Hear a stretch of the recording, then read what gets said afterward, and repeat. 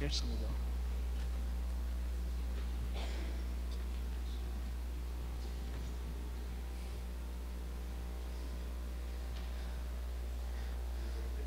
Yeah.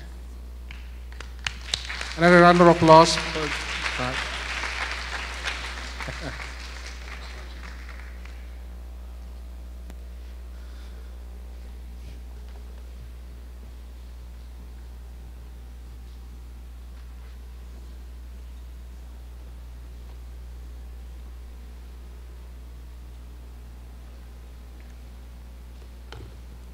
Okay, for our last speaker for this afternoon, we have Dr. John Collins, who will be talking on the economics of the war on drugs. Dr. Collins is the Executive Director of the London School of Economics IDEA's International Drug Policy Project, a cross-regional and multidisciplinary project designed to establish a global center for excellence in the study of international drug policy.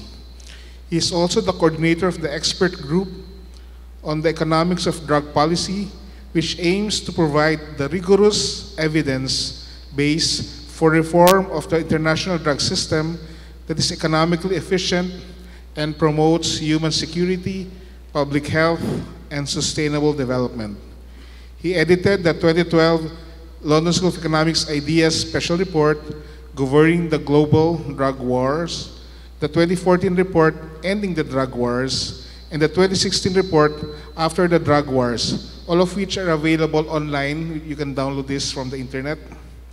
He is currently coordinating a British Council-funded project on illicit drug production and the search for peace in Colombia, as well as an LSE Research Division project on shifting drug strategies in Ireland and the UK. Dr. Collins earned a PhD from the Department of International History at the London School of Economics. His research focuses on Anglo-American relations and international drug control over the period 1964 and the creation of the UN Single Convention on Narcotic Drugs in 1961. We'd like to welcome Dr. Collins with a big round of applause from the audience, please.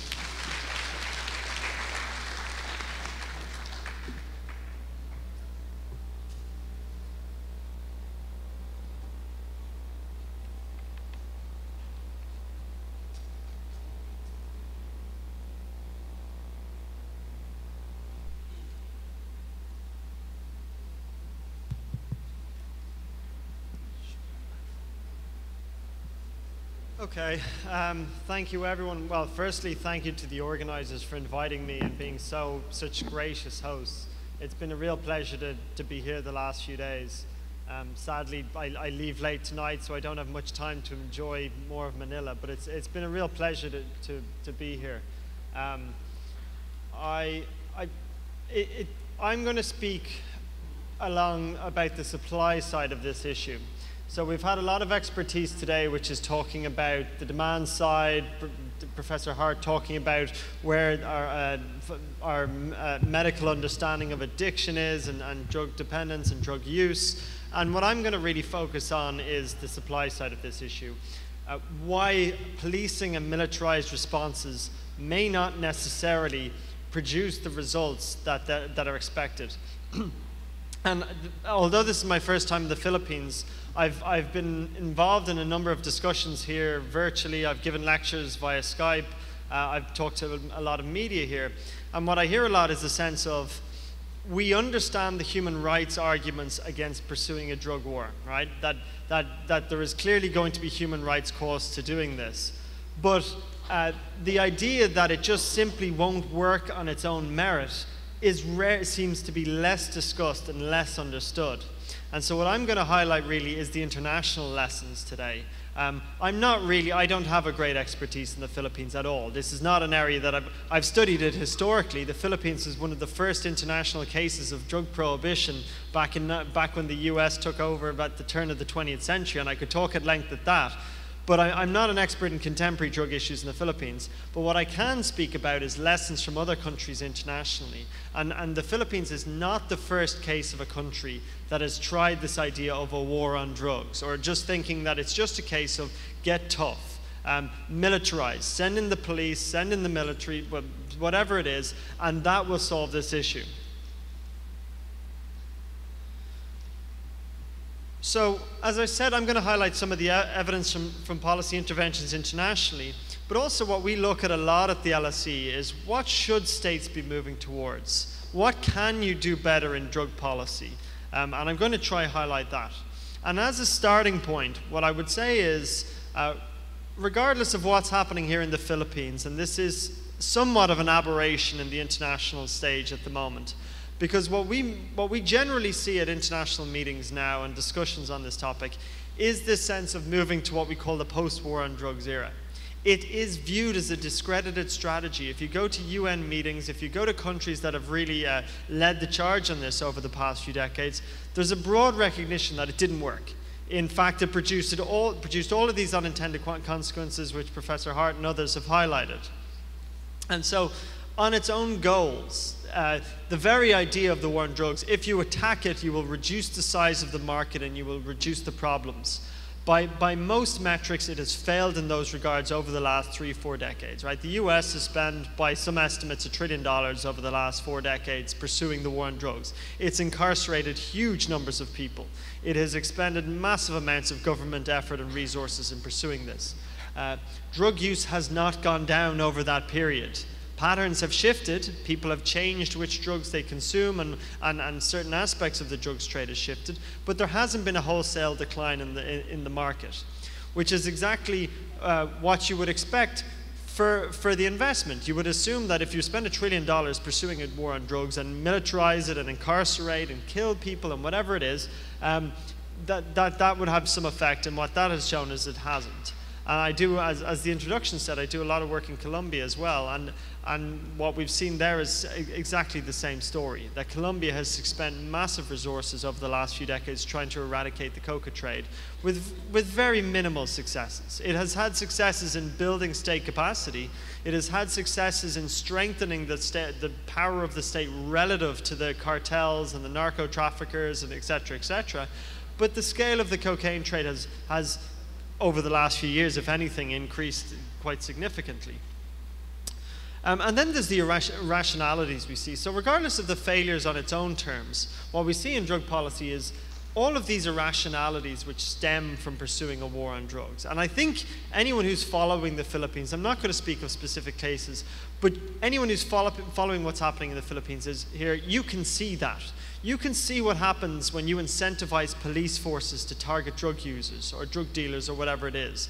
You can see the political economy of those interactions playing out, where it actually has a corrupting effect on the police force itself. If you look at the southern United States, what you actually started to see emerge was that police forces became dependent on seizing the assets of the drugs trade. And so in some ways, they actually became complicit or involved in the trade because they relied on the continuation of the trade to fund their activities, which were focused on interdicting the trade. And that's just one example of these kind of irrationalities that we see across the board, whether it's around incarceration or policing or whatever it is. And then, as Dr. Hart highlighted, the disproportionalities, which are just so absolutely clear in this. It is not rich.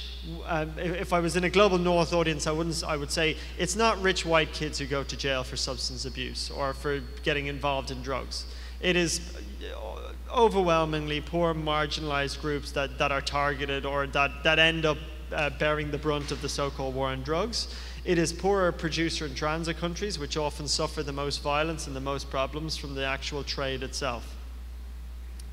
So to just give some international context, I think everyone knows Richard Nixon famously declared the war on drugs in 1970. I personally don't date that as the start of the war on drugs. I think it was a much longer process. But I think the 1970s is when you see the militarization and the scale up internationally of what we would call the war on drugs, these efforts around trying to suppress the illicit market through any and all means. And I think by the 1980s and through the 1990s, you see the idea of the war on drugs is effectively on autopilot. Nobody really questions it substantially internationally. In the 1980s, you see a brand new convention against the illicit traffic, and you actually saw a lot of rhetoric, even parts of Latin America, saying drug trafficking should be a crime against humanity. This is the only way that we can get the international community to act on this. So there was still a sense of buy-in from a lot of parts of the world that this is, all that we need is more effort and more strict approaches and more aggressive tackling of this, and then we will solve it. Alongside this, you saw something that was quite game-changing, which was the emergence of AIDS. Because that meant that drug users could no longer be viewed as external. These are the fringes of society. These are the unwanted, and we can just ignore them and suppress them and push them to the side. They have no human agency. We treat them like they effectively have no independent thought. And a lot of the policing rhetoric of the 60s and 70s, you can see those ideas. These people were not viewed as full people. When the AIDS epidemic emerged, drug use was a key transmission vector, so it became much harder to just ignore this or ignore these sections of the population. And that's when you saw a genuine public health response emerge. It emerged from the ground up, particularly in parts of Europe and eventually in the United States and other places, in that there was a sense of, okay, whatever our views on drug use, people dying is worse. And so we're going to take an agnostic view on drug use, and we're going to focus on reducing the harms of that use. That is the key of policy. That is the goal of public health policy. And that's where the term harm reduction really came into play in the 1980s and 1990s.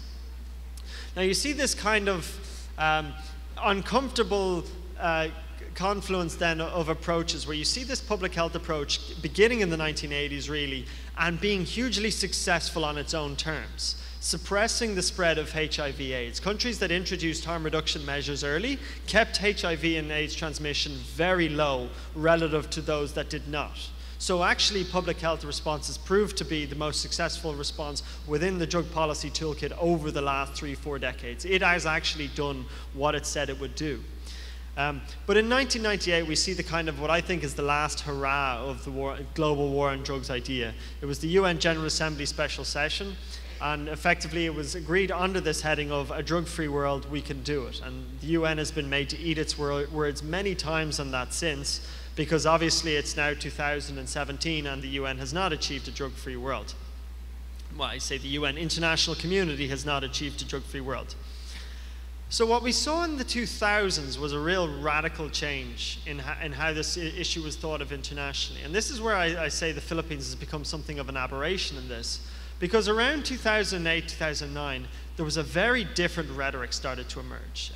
President Barack Obama gets elected in the United States, and he was somebody having worked in really marginalized communities in the south side of Chicago. He, as early as 2004, as a senator, had said, I think the war on drugs is another failure.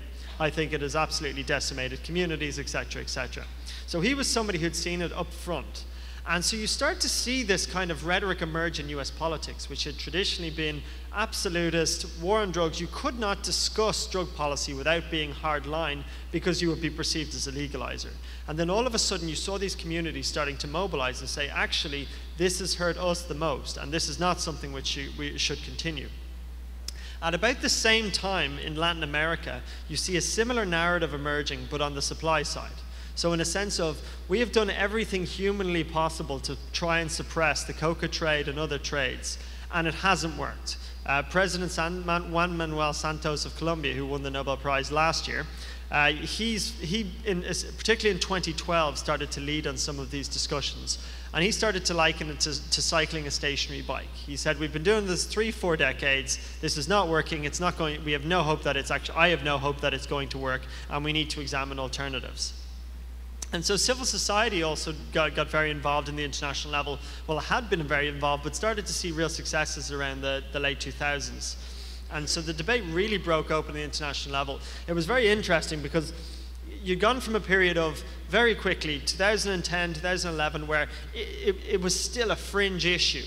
And there wasn't a huge amount of debate over it, to basically every other day there were press stories about the failures of the war on drugs, about another group admitting the failures of the war on drugs and discussing it.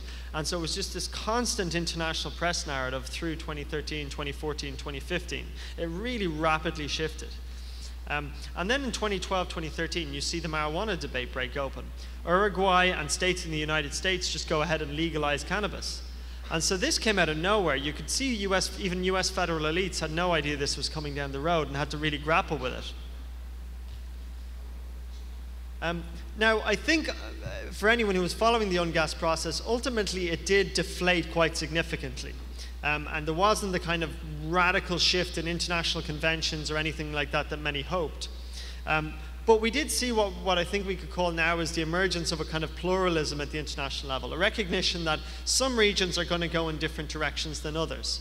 So Latin America is very clearly saying we want to start examining alternatives to prohibition. We want to start examining alternatives to the war on drugs.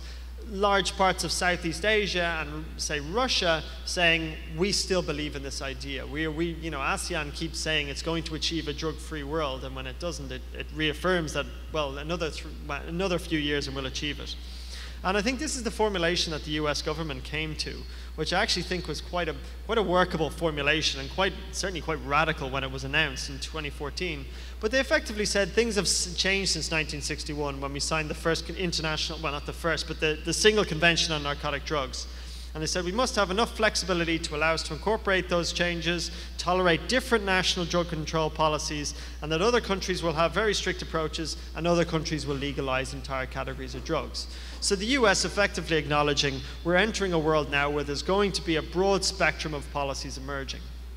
And I would postface that with my hope, which is if we can see that emergence, if we can see a move away from this singular prohibitionist model, and that we see the successes of other models, then we can see those models gain momentum and proliferate, as we've seen with harm reduction and other public health approaches. Okay, so now to turn to some of the more, that's just to give a sense of the international setting of where we are in this. But now to turn to more of the microeconomics and the macroeconomics of this. And I'll begin by highlighting the kind of a microeconomic explanation of why policing interventions in drug markets ultimately are actually self-defeating. That whatever about maintaining prohibition on the whole is that the idea of doing more policing, of more seizures, of more arrests, and assuming that that will have a positive impact or reduce the size of the market is actually a fundamentally flawed idea, is something that economists have understood for a very long time, right? You're talking about a market force that you're trying to counteract with police initiatives. And it just quite simply doesn't work. And one of the reasons is you're talking about the demand for substances that are not always that responsive to price. So even if the price of these substances goes up significantly, demand may not fall significantly. And that's something we would refer to in economics as inelasticity. These are inelastic goods because they may be addictive, they're pleasurable, or they're luxury goods. So actually people covet them because they're seen as expensive, and that's what gives them a value in themselves, right? Cocaine is seen as a luxury good in a lot of circles. It's the fact that it is expensive is something that adds to its allure. On the supply side, you're dealing with the fact that these are renewable commodities. These are not like, drugs is often likened to wildlife poaching, things like that. This is not like rhino horn, which will eventually disappear. This is something that grows in the ground or is synthesized in a lab, and so actually can be renewed. It's a global commodity chain, right? This has to be understood as something that if you suppress it in one part, it can move. It is not, again, it's a renewable or movable commodity. It's that you can do it in other places. And that supply is price sensitive. And this is particularly important, as I think I would highlight in the case of the Philippines. When you hear that, oh, well, price has gone up, therefore we're having success. Well, if price has gone up, you've just incentivized a whole load of other people to engage in supply, right? It sends a signal to people with capacity to supply that there's more money to be made. And so it may be a success in the short term that you've raised price and therefore there's less drugs on the market, but this is the internal self-defeating nature of this, that you've also incentivized a whole new range of supply. And so to think through the market dynamics on this, if you see a sudden contraction in supply, price increases. If price increases, supply will inevitably increase. If supply inevitably increases, price goes back down again. And you end up what we call the second equilibrium is virtually equivalent to the first equilibrium. So you've spent enormous police resources on that effort, right? On reducing that, that's an effective seizure, that's an arrest of a major cartel member, whatever it is. And you've had actually over a 1, 2, 3 year period virtually no effect on the market. because ultimately the market will clear, it will return to the levels it was at. And that is something to keep in mind in the Philippines. You may disrupt the market significantly in the short term through extraordinarily aggressive policing, which is ultimately unsustainable, but the probability is that the market will just return to its original levels when you stop. And actually, the key concern then here is that there's political economy effects around this. Because when you interfere in the markets in these ways, there's unpredictable effects. Mexico is the clearest example I can give of this. In Mexico, the government pursued a decapitation strategy of the cartels, which was effectively, if we remove the top levels of the cartels, they will cease functioning and the cocaine trade through Mexico should collapse, or at least significantly diminish. What actually happened was you remove the top levels of the cartels, the lower levels go to war with each other to try become the top levels. Meanwhile, the cartels go to war with each other over turf, and then they go to war with the state over turf. And so what you saw was an exponential rise in violence over a relatively short period of time, because effectively the government was interfering in the market. There was no major contraction of supply or disruption of the market over this time, but the political economy of the market played out that it became extraordinarily more violent. I would be very worried that that would be what would happen in the Philippines. You've gone from a relatively less violent drug market to, in a very short period of time, an extraordinarily violent drug market. Now, that extraordinary violence is driven by state action, which is trying to eradicate the market. But you may see long-term effects of that where you drive a market which is systematically then more violent, has a different operating mechanism. And that's one of the ways that the state can have a long-term impact, not necessarily in suppressing the supply, but in shaping how the market operates.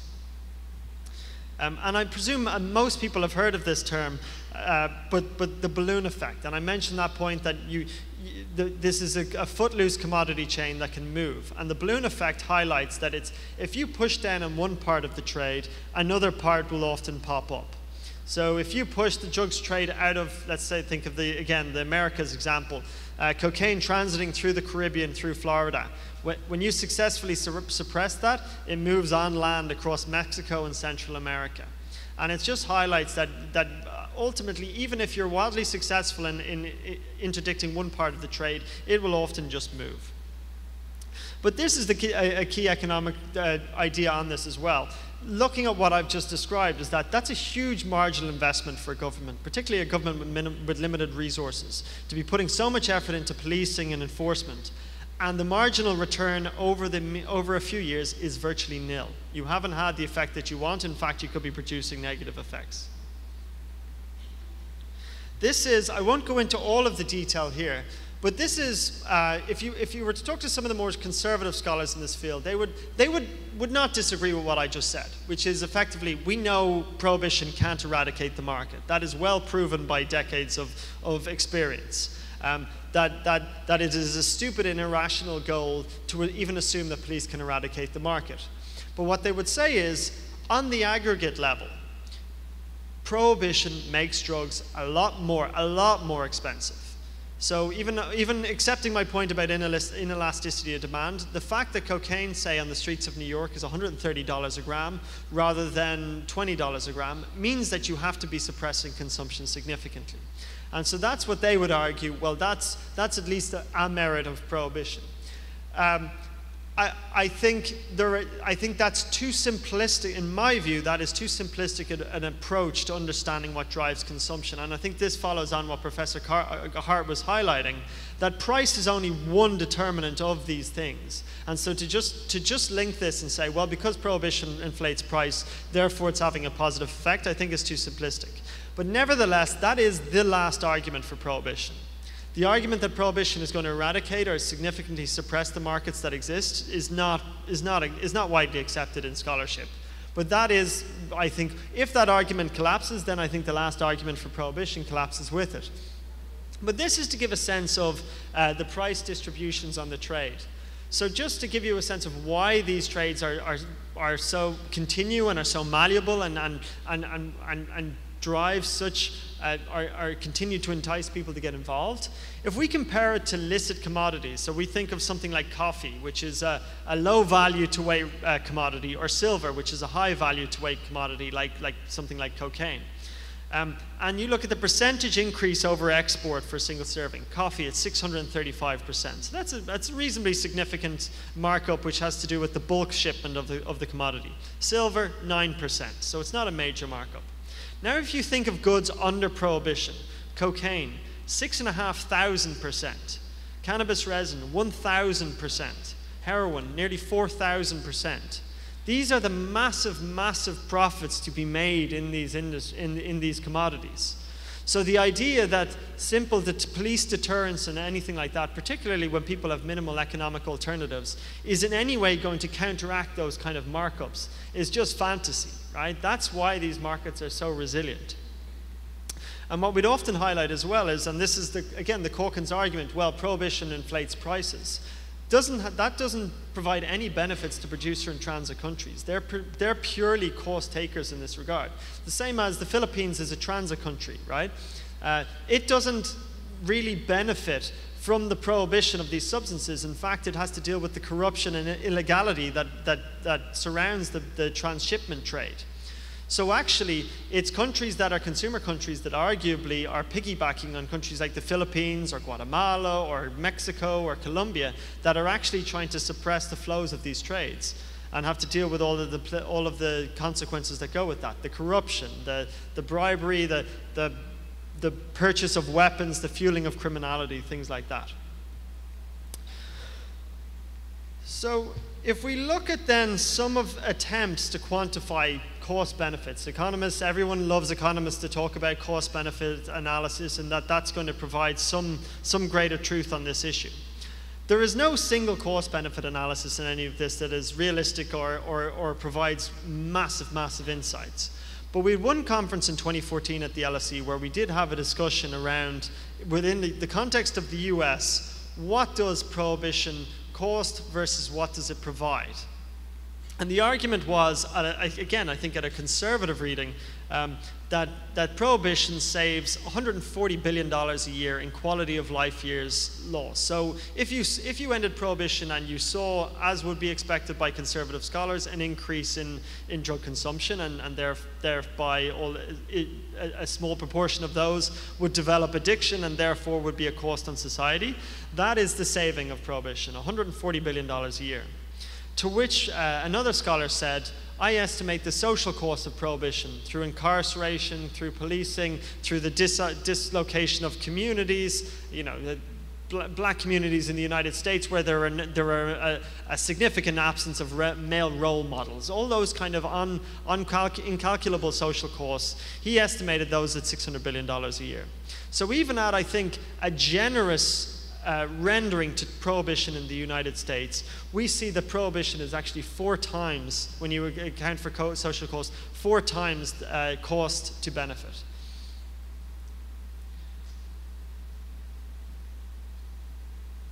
So this is, without saying, okay, prohibition has massive problems and the war on drugs is largely agreed as a failure, without going with the corollary of that and saying, well, that means we just legalize everything. And that's certainly not what I think anyone here is saying today, that you just suddenly rush ahead and you move towards an entirely radically different approach.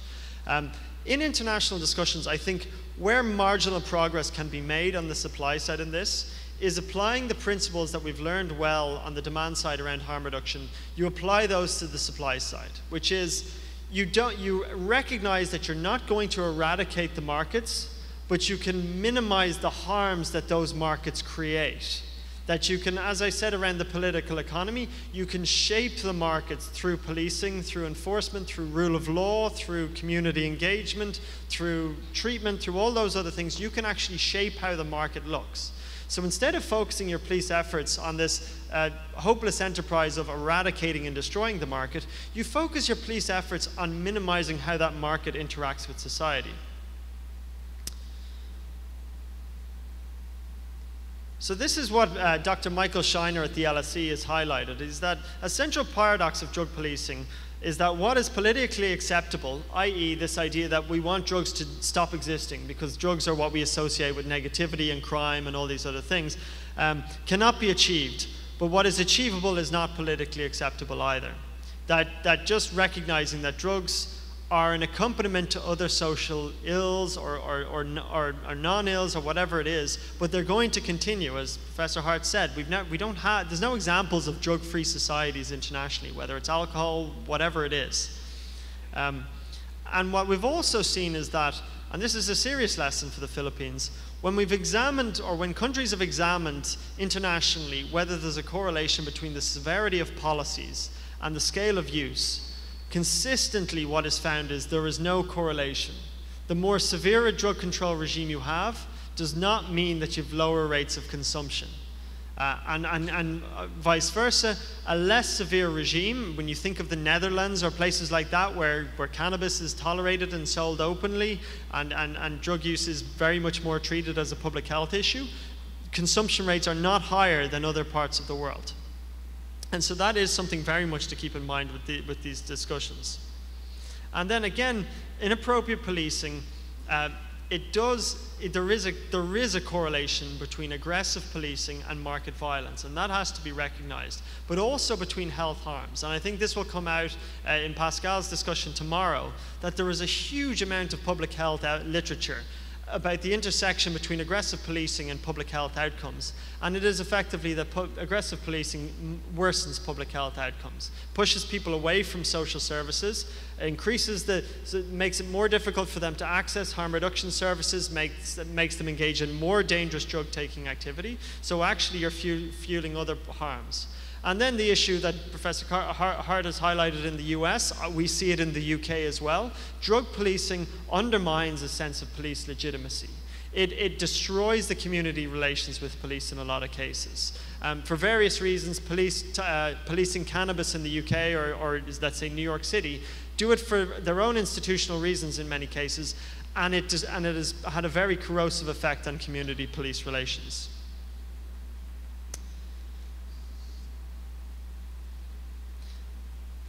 I will conclude by highlighting this as an example, not necessarily that this is even something that's going to be discussed in the Philippines at the moment, but this is where we are in international discussions around cannabis. Because there is a pretty broad acceptance that cannabis legalization is going to continue. So this is the first globally prohibited commodity that is going to move towards regulation over the next few years. That countries are literally going to legalize this, establish state regulatory systems. Uruguay has sort of done it. In the United States, you may see it legalized nationally within the next 10 years. But the thing to recognize about this is that this is often seen as a dichotomy. And I just say this not even because the legalization is a particularly relevant discussion to this context, but what this highlights is we talk of drug policy in dichotomies, right? It's war on drugs, or it's absolute legalization and tolerance of everything. And actually, we should be talking more about spectrums of policy, that there are many iterations of what we can be doing along that spectrum. And so that's actually where this discussion needs to be going. And this is what one expert has called, Mark Kleiman has highlighted, is that, alcohol is one, if we were talking about, let's say, legalization of cannabis, alcohol is one model, right? So you move from the prohibition model to the alcohol model, which is basically a free market, free advertising. Yes, there's age limits, things like that, but it's ultimately a commercial model. And they would look at, and people like Mark Kleiman would look at that and say, that's another extreme, is that that's not a public health outcome.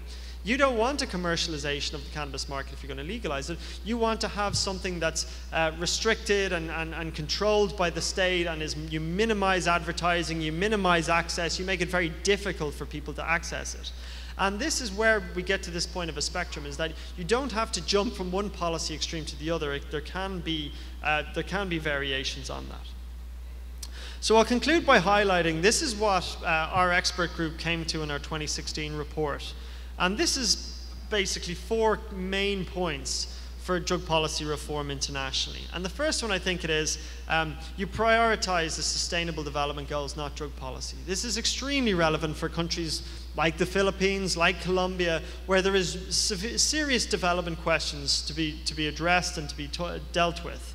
And you don't put drug control or a war on drugs above those, because you're going to defeat those if you do that. Right? As I discussed earlier, you're undermining the rule of law, you're undermining health access, you're undermining human rights, governance, democracy, all those things which are viewed as absolutely essential for sustainable economic development. So you want to focus on those aspects of sustainable economic development. And when you do that, you will be more able to deal with some of the social spillovers of illicit drug markets, things like that.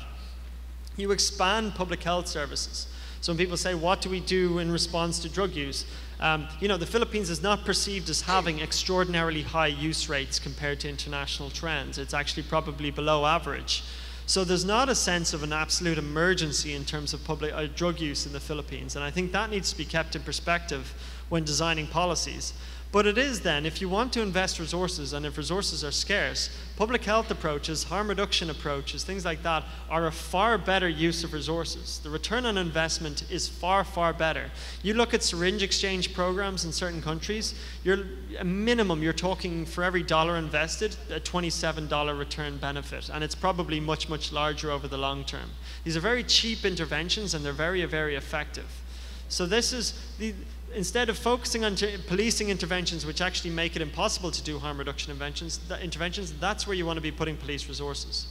And then, as I said, applying this principle of harm reduction to the supply side. Shifting from the idea that you're going to eradicate the market anytime soon. That's just not going to happen, and any realistic talk of drug policy needs to acknowledge that. It's about managing these illicit markets. And it's about using things like the SDGs, their metrics, their indicators, people's welfare, people's sense of security, trust in police, things like that. Those are the things you want to be measuring. And then you want to utilize the current international move towards experimentation, right? If countries experiment with things like cannabis legalization and decriminalization, you will learn, and we will all learn an awful lot, and we are learning an awful lot from these discussions. There is a golden era of drug policy research emerging because we've got new models to test out. We've got new experiments to run. And then other countries can piggyback on that and learn from that experience. So I'm going to leave it there, but thank you very much for listening.